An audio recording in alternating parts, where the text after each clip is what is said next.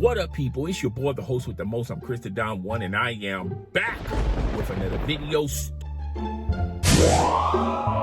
All these stories are true, the realest stories I can ever quote, and I'm gonna label this story Supervisor's Pet. Boss, so I just did the weekly memo for you, planned all your meetings for the next month. I know you hate your kids, so I'm gonna go drop them off at soccer practice. Okay, Supervisor's Pet. Okay, you can learn a thing or two from this story. Okay, so basically, we're at the workplace, and they hired this young female. All right, this younger female. Okay, she was energetic, had no issues with her. I thought, she was a very productive worker, still do. And she got aligned with the supervisor, and the supervisor took a liking into her and started befriending her, okay? And basically giving her privileges no one else got.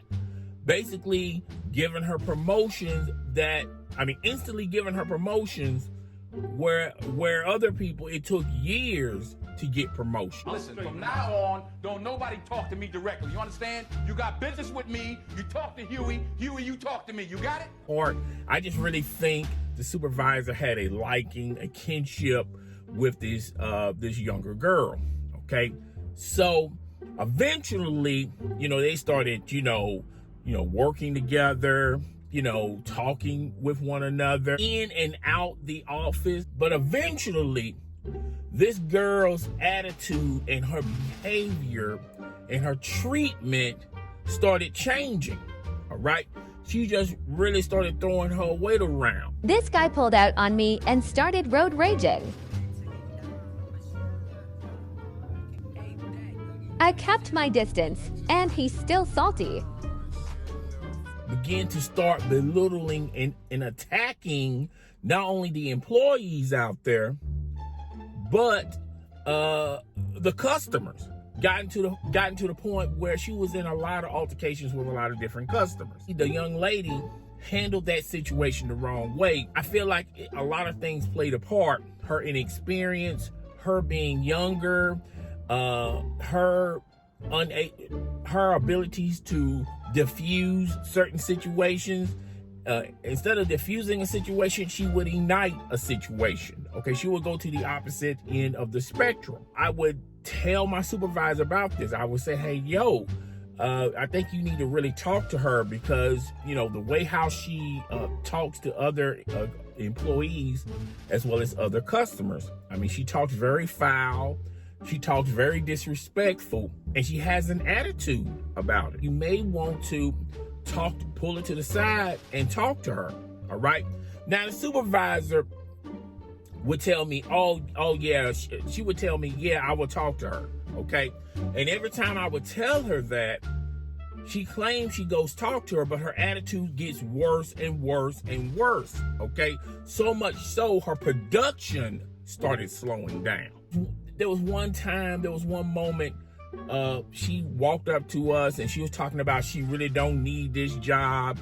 She, she can quit anytime she wants to.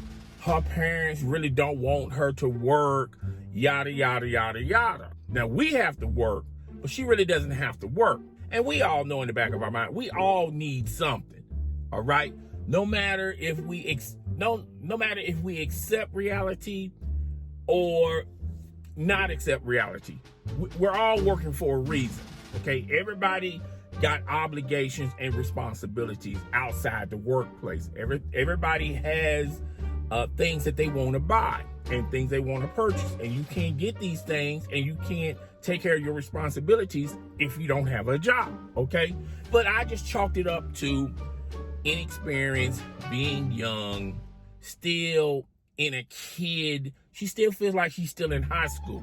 Her attitude and her behavior just got worse and worse, and it just manifested. So fast forward to yesterday. Manager started watching her, and slowly but surely she would never greet the customers. She wouldn't even say anything to the customers. And the store manager basically walked up to the supervisor, the female supervisor that I told you guys earlier, and she wanted to want to talk to her in the back because of her attitude and because of a lot of complaints from other customers as well as employees. All this stuff manifested, okay? And then the store manager said something I heard. He said, yo, if she doesn't like this job, she can always go work for Burger King. And they both came back, and basically she just stopped working. The promotion she easily got at the beginning of her work, she didn't accept those responsibilities, those obligations. She just, was just a disgruntled employee. The supervisor would simply make excuses for her behavior, saying that it's acceptable behavior. And she said, quote, I said, well, quote, now, and make up all these ridiculous excuses of, I feel it's just racism. I feel like they're picking on her. I mean, basically making excuses for this young girl. And I told her, I said, you may have a point. It may be because of this. They may be picking on her. It may be bias. It may be racism. It may be a lot of those things. But at the end of the day, the girl does have an attitude, okay? And if that's all he sent her back there for, to talk about her attitude, that I don't know how you're including all this other stuff. So the supervisor looked me dead in the eye and said, well, I have an attitude too. Well, she was saying that she has an attitude, all right? So I'm going like, well, yo, if you want to work for somebody, you need to leave all your distractions and all your issues that you have outside the workplace. You need to keep them out there and just don't bring them into the workplace. Now, I know that's easier said than done, all right?